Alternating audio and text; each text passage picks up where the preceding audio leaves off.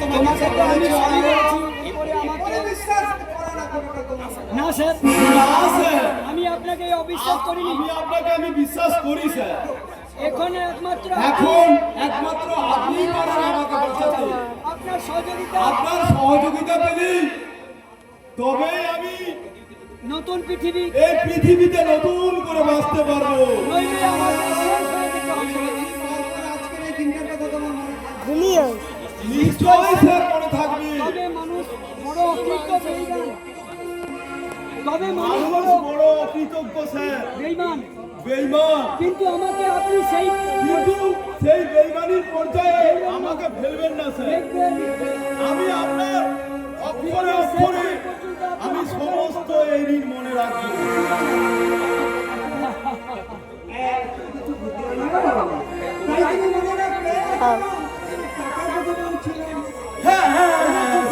এনেছি এই নিন, পুরো 1 লক্ষ টাকা রয়েছে। কত আছে?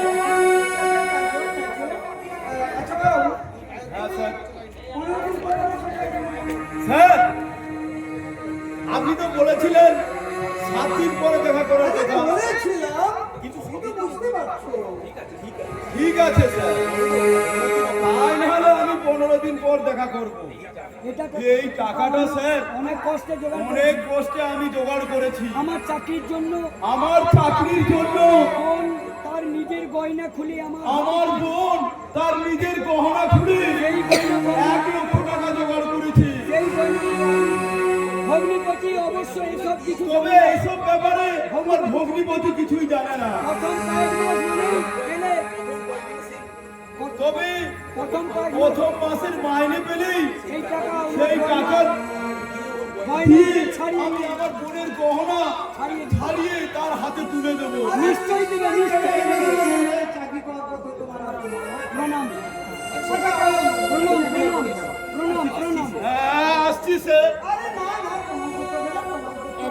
তাই বলে কি হয়?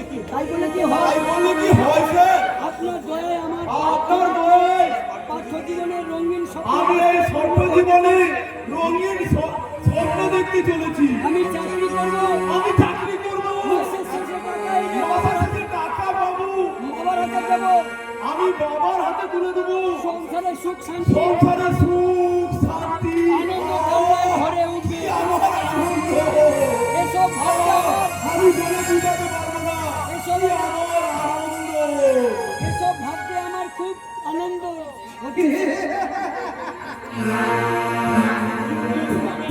চাকরি তুই কোনোদিন পাবি না।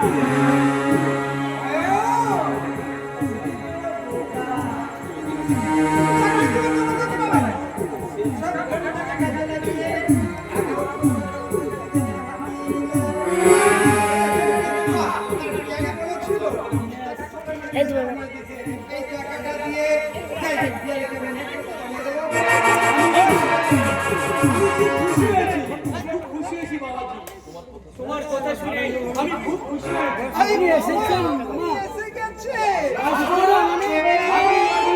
নিজের বাড়ি না কি বলো বাবাজি? খুব ভালো করেছেন। আমি খুব খুশি। আপনি এখানে আসার এই জন্যই তো বলি আমার বাবাজির মতো মানুষ হয় না।